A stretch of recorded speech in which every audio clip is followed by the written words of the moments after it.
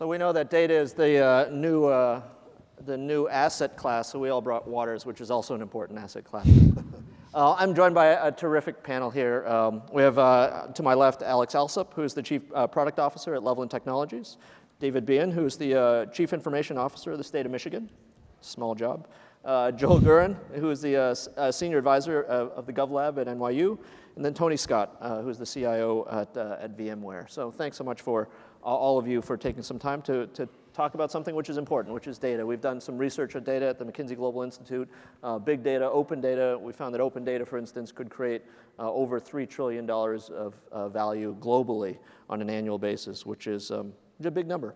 But why don't we turn first to our panel. So you're all from very different types of organizations, all of who touch data and open data specifically. But open data is sort of an open topic in terms of how you define it. So I'd love to hear from each of you, when you think about open data, what is it that you think about? And then how is it that you all are actually taking advantage of it and making it useful for other people? So Alex, let's start with you. Sure. Well, thanks for having me here. Excited to be here. Let's see. When I think of open data, what do I think of? I think of parcel maps, because Loveland Technologies, we take property data, take the legal boundaries of every property in the city, and put it online for people to explore. And I think of not just making government and public data open, having policies that make it available, but making it usable. There's a lot of data that is sort of publicly available, but not publicly useful. So when I think of open data, I think of making that information helpful and what does it explorable. mean to be useful? So let's see. For instance, being able to understand, say in Detroit, being able to understand beyond what you owe in property taxes, what the picture of property taxes are around you. So taking a very specific instance of data that may be relevant to you and making it publicly available so you can see it, the context of that information on a citywide scale. That would be one instance for me. So visualizing it versus exactly. Other. Yes. Yeah. Okay. David. Yeah. So first of all, it's great to be here. I was born and raised in inner city Detroit, and it's just great to see the city of Detroit having such a strong rebound. And so I'm thrilled to be part of that, and so it's great to be back in Detroit. So let's give it for Detroit, huh? Let's hear something from Detroit. So always got to give a shout out for Detroit. But for us at the state of Michigan, we're really looking at we call it customer-centric government. How do we bring the services to our citizens, and instead of our citizens having to come to the service, kind of the old school government where you'd have to go to a building and get your services. Well, we believe that data will fundamentally change the way we do business, right? And I think so this customer-centric model and having the data accessible to our citizens to make our services seamless to them that's how we look at how we're going to use our data. Not just open data. And we have a ways to go at the state of Michigan around open data, but we have Michigan. .gov/open data, where you can go and look at the data sets we have out there. But how are we going to use all the data that the state of Michigan has to fundamentally change the way we provide customer service? We do it every day in our private lives, right? So how can we use that data in a very positive way to really change the way we provide service? And that's what big data and open data mean to me. So we probably have a relatively unique crowd in here that, there are those of us who actually will want to go and, go to the open data portal and download a bunch of data and, munge it up and all that. But that's probably not true of most Michiganders, right? So how do you think about, you make data available, but then, you talked about transforming citizen services. How do you connect those two? Well, so we couple ways, right? One would be we have Code Michigan, right? Which is we take all of our open data, we put it out for people and we have a weekend kind of hackathon, right? And where that is actually, this is my public service announcement message now, that is actually October 3rd, 4th, and 5th in 3 locations in the state of Michigan. So we invite you all to attend and participate. Actually, last year, one of the winners from Code Michigan was Loveland Technologies. But so we try to promote that, right? We push that out there, have those opportunities for citizens and, to get involved in that. We talk about it all the time. We talk about how government needs to be more transparent and how we need to be accountable for the things we do. So we put things out there like, we push people to our website. We talk about it all the time. We have a transparency site that shows how we're spending the dollars. Those kind of things. And it's always something that we're pushing because we know we need to get better at it.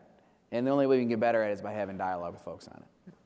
Great. Joel, Well, I think open data means a lot of things, but the part that we're focusing on at the GovLab at NYU is the intersection really of government, private sector, and civil society.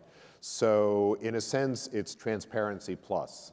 When you think about open government data, I think a lot of it is about government accountability, transparency, really helping citizens understand how their city or state or federal government works. But we really are looking a lot at how open data becomes a public asset and a public resource that can do all kinds of things. I run a study at NYU called the Open Data 500, where we've been identifying 500, actually now closer to 600, US-based companies that use open government data as a key business driver. And what's, I would say two things are really striking about what we've found so far in this context. One is that these companies are showing up in every sector of the economy. Energy, education, healthcare, finance, we have about 15 categories. So this is not just an asset that can be used in a couple of specific ways. It really is, has economy-wide implications.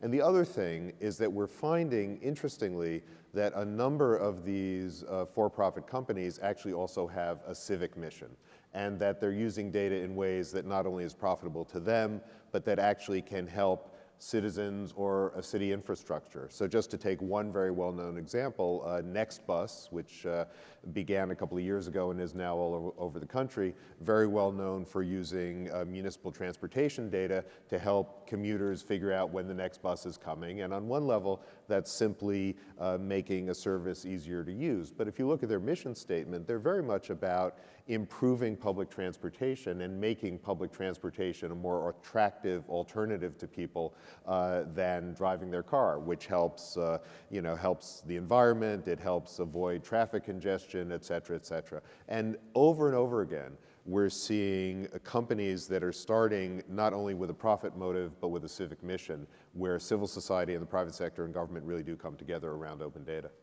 Must be a reason why a lot of people are here. Yeah. Tony, you're at one of the leading technology companies in the world. How do you think about open data and how does it create value?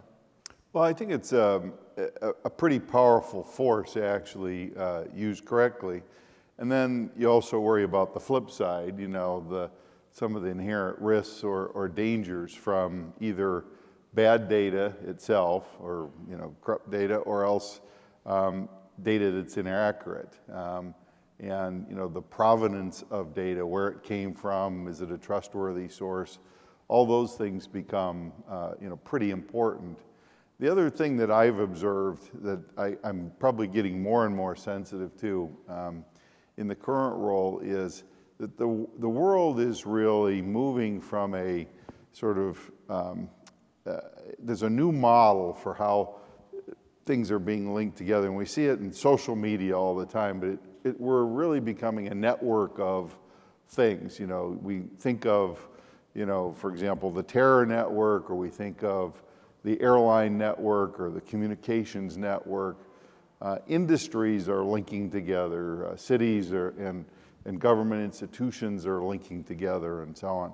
And I think one of the biggest challenges with the whole open data movement is how do we really take advantage of these ecosystems of organizations and link their open data together in more powerful ways. I'll give you one example. I'm on the committee for our company that plans real estate and workplace. We're the group that decides where we should put facilities. We're also the group that worries about disaster recovery and business continuity in the event of some sort of a disaster. And today's model requires that I tap into databases of information created by, in some cases, relatively small institutions. and there's no place I can go where that's really aggregated together in a way that becomes useful.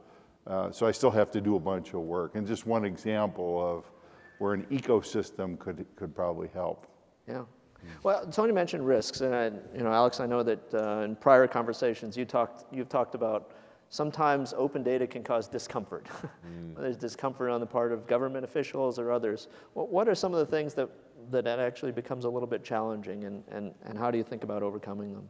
Sure. Well, I mean, I think the question of data integrity is really important. One thing I like to say about data is that I think there's open data. There's kind of this notion that people carry around that data is gold. Data is not gold. It's more like ore. It's crude, unrefined sludge that you need to put through a laborious process to make usable, make useful, build an interface around that can present and exploit the value of data.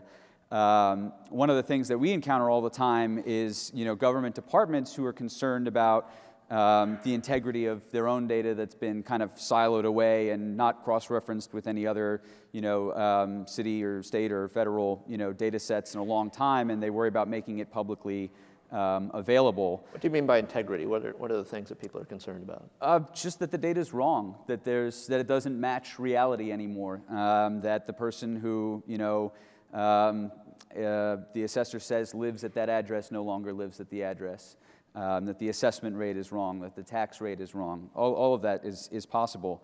But there's no higher authority than the city or the state, whoever holds the data.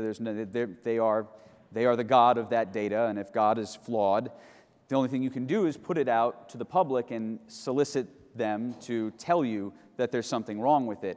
What's really important then, and I think this is where we need to formalize relationships. This is the reason to formalize relationships, is that when a company like Loveland puts property data out for people to explore, and people start coming to us saying, "Hey, this is wrong. I know what the real truth is here."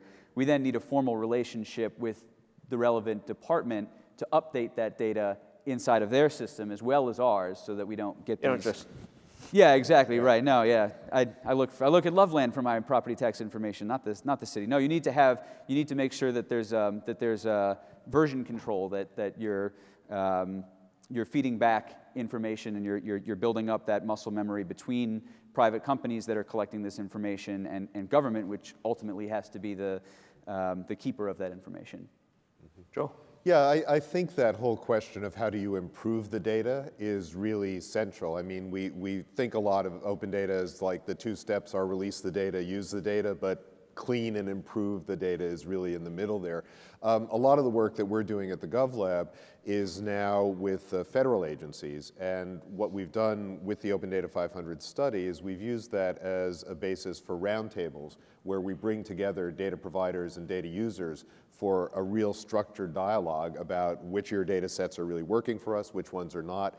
And I think there's a potential to do much more than just put data out there and have sort of a comments section or a feedback loop where an individual can say, this particular thing is not really right.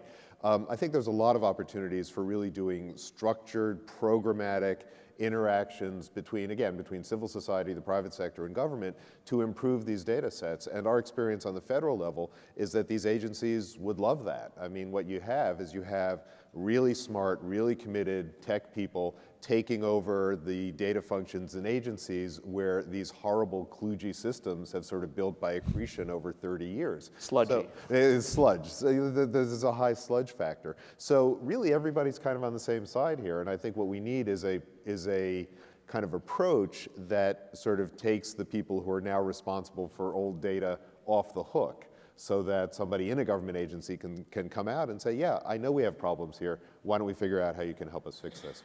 And how do you fix mistakes, though? I ran across one example recently. Maybe you guys have a solve for this, but property lines, used to be a surveyor going out and putting a stake in the ground and having a measurement and a distance, and there were these old paper maps and so on. They sometimes disagree. I can imagine a world in the future where there's no map anymore. It's just data in a database that says it's 40 feet long and it could be wrong. And where do you go adjudicate that sort of thing? Yeah. Yeah, it's interesting. Never been referred to as the god of data. That's pretty cool. Gonna change my business card. But you know, one of the things that Michigan, because all great points, right? And I wouldn't call them all old and stodgy. Is that what you called all the data systems in government? Oh, no, They're just- not that just- bad just yet, right? kludgy, Right, kludgy, not kludgy. stodgy, yeah. Let me say this. In Michigan, what we're doing, because we want to address the issues you all just brought up, is we have an enterprise information management program. It's started, the governor did an executive directive to all the agencies that you have to share data. Now, to your point about the silos, right? Yeah. You know, we had silos. I mean, there wasn't a month that didn't go by where someone wasn't emailing me saying, I need you to talk to so-and-so so they can share the data, right? Well, quite frankly, you know, we like to tell folks it's not their data. It's the state of Michigan data, right? So how do we work together at State of Michigan to look at that data pieces, make sure it's the correct data? You mean employees? You're telling that it's not the employees. Well, I'm it's the telling, state of yeah, and Michigan. employees, and I don't blame them, right? They just feel that like they're the good stewards of public data, and you know, we tell them we're not going to break federal law, state law, we're not going to, you know, break federal IRS rules or guidelines with this data, but we need to use that data. We need to make sure the data is correct, right? And then we need to be able to use the data in a very positive way. And so I think that's what you're seeing across the state of Michigan, and we're trying to, City of Jackson, Michigan, from what I understand, is a leader in data. We're working with the city of Detroit on their data. So how do we start to the point of how do we make sure that all these organizations are working together to ensure that the data is correct? Right. I mean, because there's issues, like in the state of Michigan, some of the issues are how do you define, what is the definition of a data point, right? What is an address?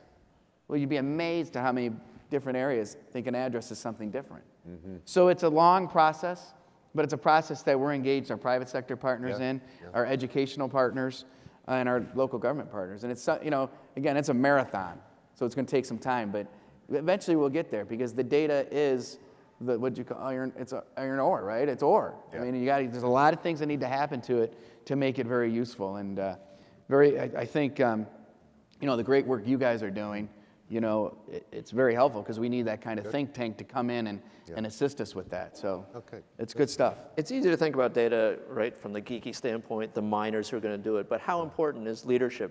You know, leadership from the governor's office when you're talking about making data open. Well, and I'll tell you, you know, Governor Snyder's made this a priority for him. You know, he's the one who put out the executive director say, you will share the data, we will bring the data together.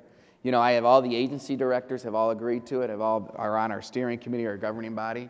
You know, when you have the director, Maura Corrigan of Department of Human Services, pounding on us to make sure that we can use that data in a positive way to find the cracks in the system where somebody who may be on less fortunate than others who may be on, you know, a free lunch, how do we use you know, free lunch program? How do we make sure that that family's not missing other programs?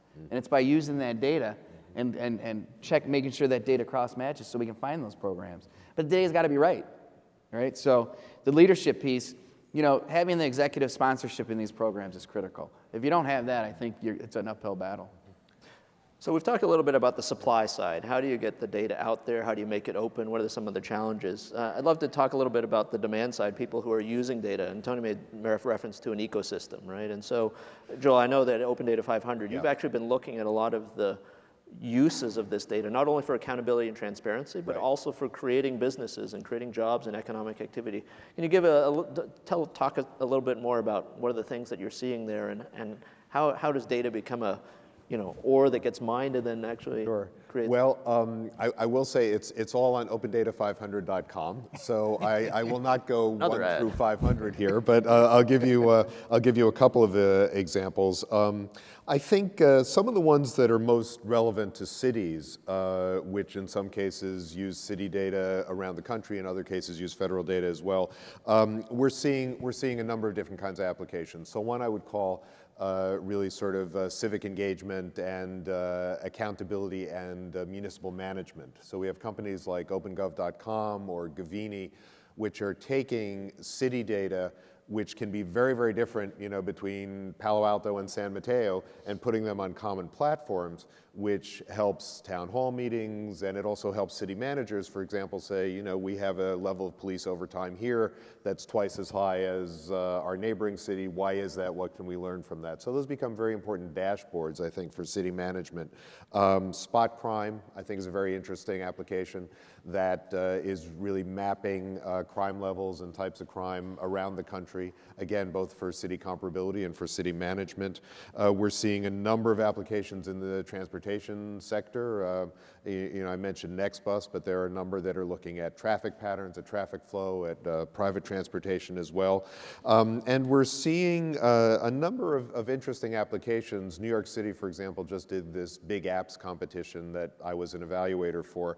And you're seeing people come up with apps now for things like employment, not only new ways to link employers and employees, but things like looking at trends of employment in the city, what's likely to be a hot industry. A new app called Rent Hacker, where it uses crowdsourcing to supplement city open data and really help people understand what is that apartment really going to cost and how much are you really going to have to pay off the super to let you live there, and is it a good deal, and so on. And a lot that are emerging around emergency services, and a number that are evolving around small businesses and really helping accelerate small businesses, like OnDeck, used to be called OnDeck Capital, that is using open data to help small businesses get loans by doing the due diligence that the major lenders don't have time to do. So they can sort of connect small businesses with lenders and say, we've already vetted this guy, this is why you should lend them money. So all of these different applications, as I said, all different parts of the economy, and many of these really with the potential to improve city services and improve the way cities work, while at the same time building a viable business off of city data. Yeah. So you've mentioned how this can aid small entrepreneurial businesses. Yeah. You mentioned some larger ones, but Tony, a lot of your customers are the biggest enterprises in the world, and we found in our research when you combine data from multiple sources, both internal as well as external, you can often create more value.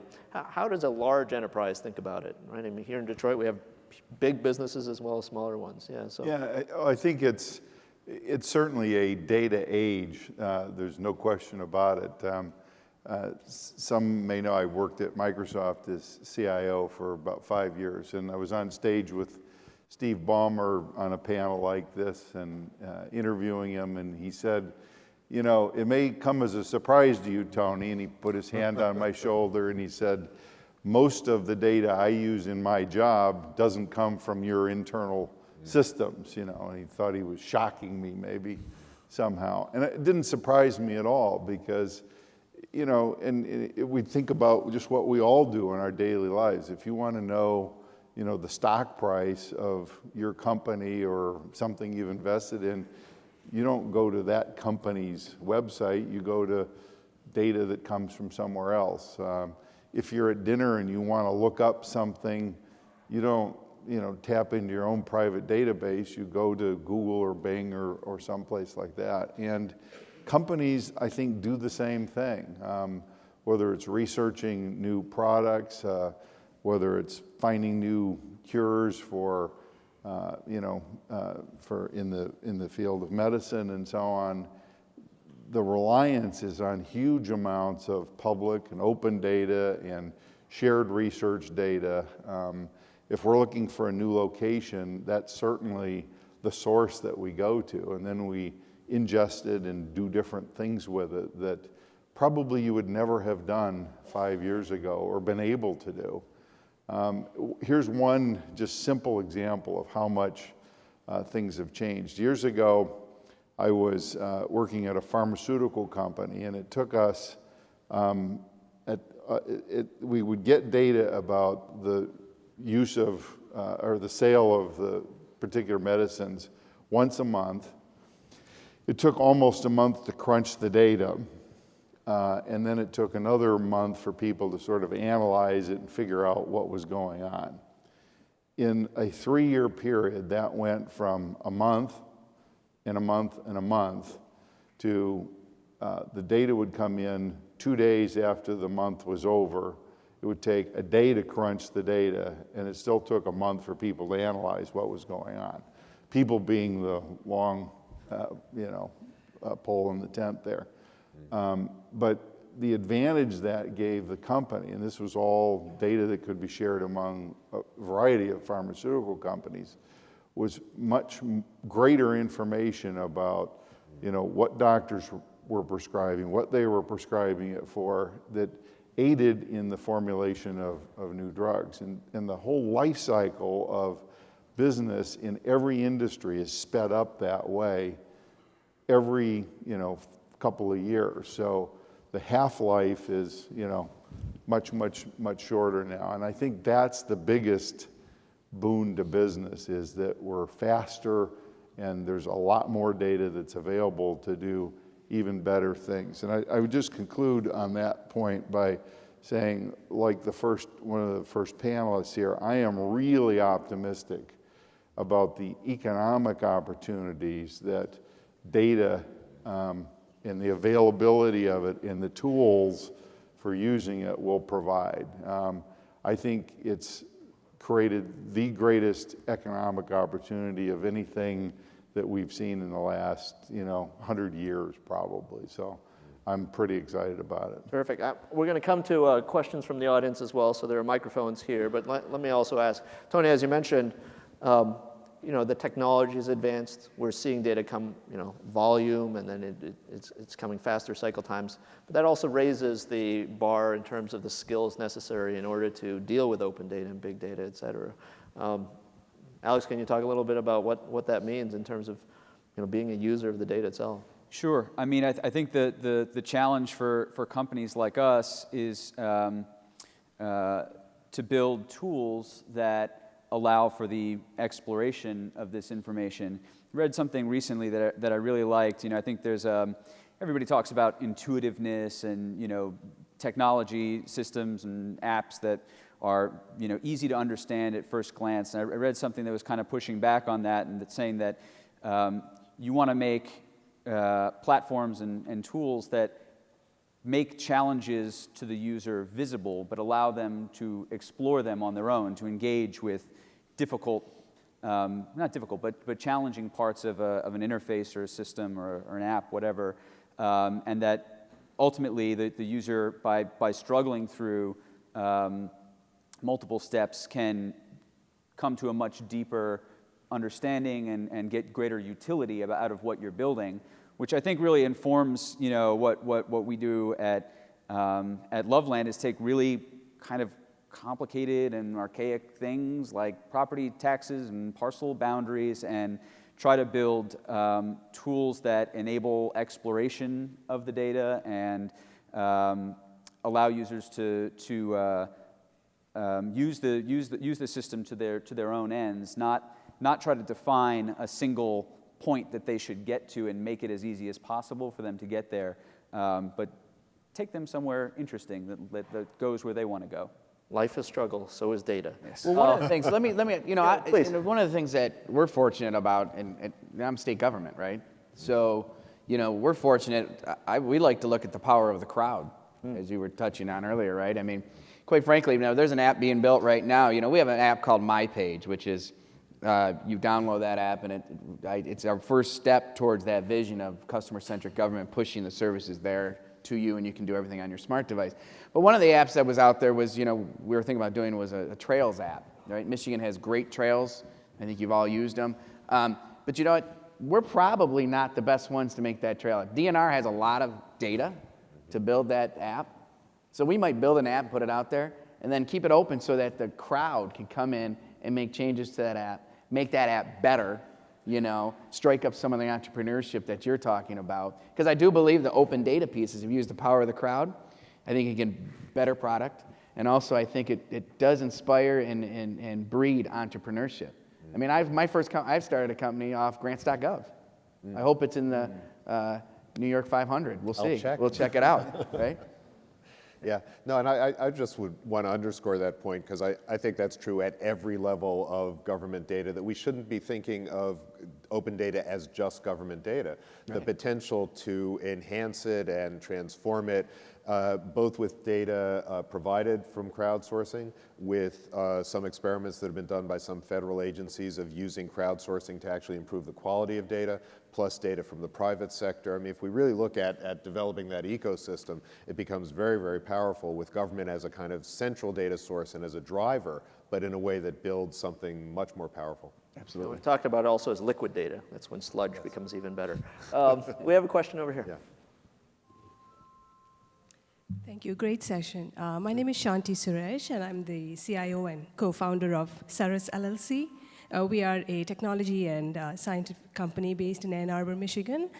Recently, I was looking up to network to find out players in, for example, the solar energy area. And there's a lot of good information in the SPDC. I forget the online database I was looking at. But it was hard for me to come up with a specific set of players locally in that area. So thank you for putting the data out, but as Tony was saying, and all of you are saying, linking the data, classifying it needs to be improved somewhat. And if, for example, when a company is registering themselves, maybe have them tag their own company in a few different areas, right, when they're registering. And that way we can play well together when we need to connect with others. I don't know, how important is classification? I think searching is so important. We depend on Google for everything, but you are clearly their competitors now, so, do you have any efforts going in classifying? I guess that's part of the sanitizing of the data, isn't it? David, maybe it's a state registration of business?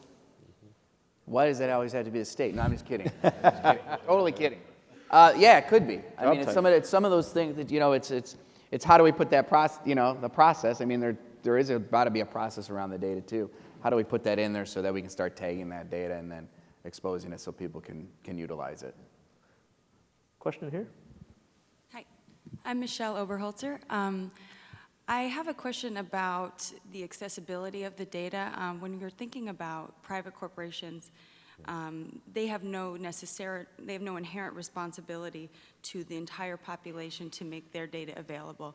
It's the people who choose to download the apps. It's the nerds in this room who go to the Open Data website. But when it comes to the government recognizing the importance of this data and the fact that people don't necessarily go to a building anymore, they do expect to have this information available online. I think it's really important that the government does catch up to that understanding. I noticed here in Detroit, if you get a parking ticket, they don't put the website on that ticket. 20,000 Detroiters at least are facing foreclosure in the Wayne County auction, and that entire auction takes place online, and none of them know the website, nor do they know that it even happens online. And perhaps they don't even have access to internet. So these are really important questions as open data and data becomes more available to make sure that it's not becoming discriminatory to those who don't have access to internet. Thoughts? Yeah, again, it is a challenge. That piece is a challenge, and I think we need to become, all government, actually all industry needs to become better at showing where their data's at, advertising that, pushing it out to all different segments of the community. I mean, what we don't want to do is start another digital divide, right? We still have some of that, obviously, right? And the other piece to that, too, is you brought up the private sector companies and some of the public sector companies and the data, is, one of the things I talk about all the time when I talk about our data is that, state governments, local government, we have to be great stewards of that data. And that means we need to make sure that the information that needs to be kept private is kept private. But that doesn't mean, and so all of our cybersecurity measures have to be, as best as we can do it. That doesn't mean, though, we shouldn't be advertising more, putting our URL wherever we can and making sure that it's accessible to everybody. We still have work to do around the ADA, American for Disabilities Act, on websites and things like that. We still need to get better at that. And then, you know, that's a dialogue we like having with the community. I mean, we like having people like you come up and challenge us on how do we get better here. You know, we always like people to say, too, you're doing pretty well here, but we'd like to get better here, right? I'd be happy to do that for you. All right, thank you. I look forward to talking to you afterwards. Great, we have another question. Hi, my name is Jillian. I'm an entrepreneur, and I'm a founder of Sisu Global Health. And I was wondering what your thoughts are about using open data in healthcare specifically, because you just mentioned about privacy and things like that, but also all the benefits that can come from knowing this data. So it's kind of a issue of privacy, but also kind of reaping those benefits. So Joel, you want to take that? comment? Sure. Healthcare, I think, is probably the area more than any other where open data may be really, really disruptive. It's such an interesting area because it involves individual patient data, which is HIPAA protected and really needs to be. It involves open data about things like Center for Medicare and Medicaid Services releasing more information about the actual Medicare charges and different providers and so on.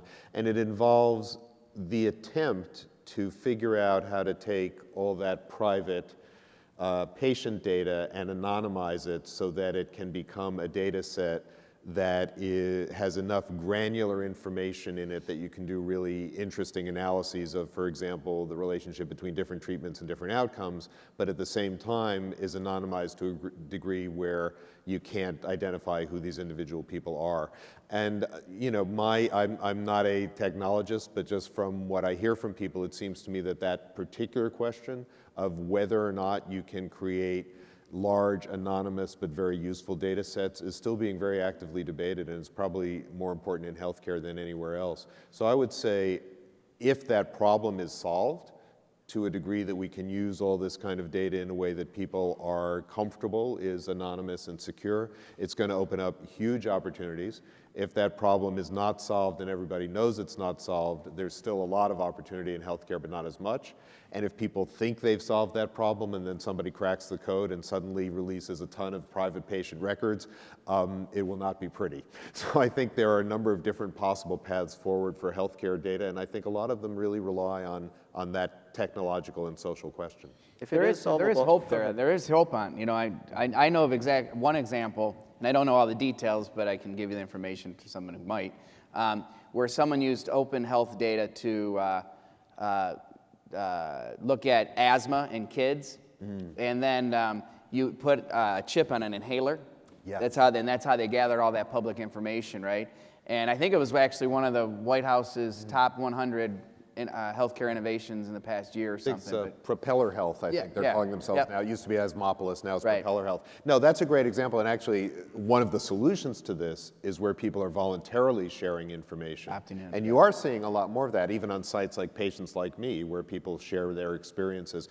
I think that's right. I think that actually is a very, very powerful potential source of open data that doesn't have those kinds of privacy. Yeah, so I think it's coming, but it might be Yeah. difficult. I want to endorse one particular notion. I'm on the board of directors of the City of Hope, one of the national cancer centers. And it turns out there's no better data than having information over a long period of time about health and the things that lead up to health conditions and so on. The idea has been put forth, just like you can be an organ donor on your driver's license. Great. To volunteer your data anonymized so it can't be traced back to you. But every time you go to the doctor and put that in a database where, you know, history of large groups of people could be tracked over some period of time to look for these long-term kinds of things. And I love that idea. Has to be done the right way and so on. But you know, we all don't just get sick one day. You know, there's a whole bunch of things that lead up to it, including, you know, your, you know, DNA data and all of the other things that go with it. Yeah. So if you can promote that idea, I think it would help society as a whole. Our research found that the use of open data could create almost over $300 billion of annual value in U.S. healthcare alone. We got to wrap up, but just one final question for everybody, very quickly. What What's the most exciting application of open data that has not yet been exploited? Alex? Oh boy. Let's see. Most exciting. I think that there are the most interesting. I won't say exciting. It's a little scary. But one of the interesting implications as government pushes more and more data into the public realm comes to me from the similarities or the potential for similarities that we see with something like the NSA's PRISM surveillance program. I think PRISM to some extent was enabled by the fact that the NSA was sopping up data from private companies whose commercial success depended on organizing their users' data very well, making it indexable, searchable, usable. As more companies rush into the field of organizing, indexing, sorting, making usable government data, I wonder if there's a possibility for a kind of corollary, People's PRISM, which is actually using government data to triangulate and understand, deduce the activities, secret activities potentially, of government using data that in and of itself in a silo doesn't seem to have any value, but when triangulated with other data sources, in fact, can shed a lot of light on what's going on. People's PRISM, okay. What he said. No, real quick. I really look at what I said earlier. How can we take the data, use it in a very positive way, and have customer-centric government where our government services are going to our citizens in an easy, effective, and efficient way? Joel? I would say it's actually an area we haven't talked about. It's open science. It's getting to a point where scientific researchers, both in academia and the private sector and so on, have ways that they can share their data early and often that don't work against their own interests. We saw this with the Human Genome Project. If we could do that across the board in science, we'd really accelerate progress. Tony? I said mine, health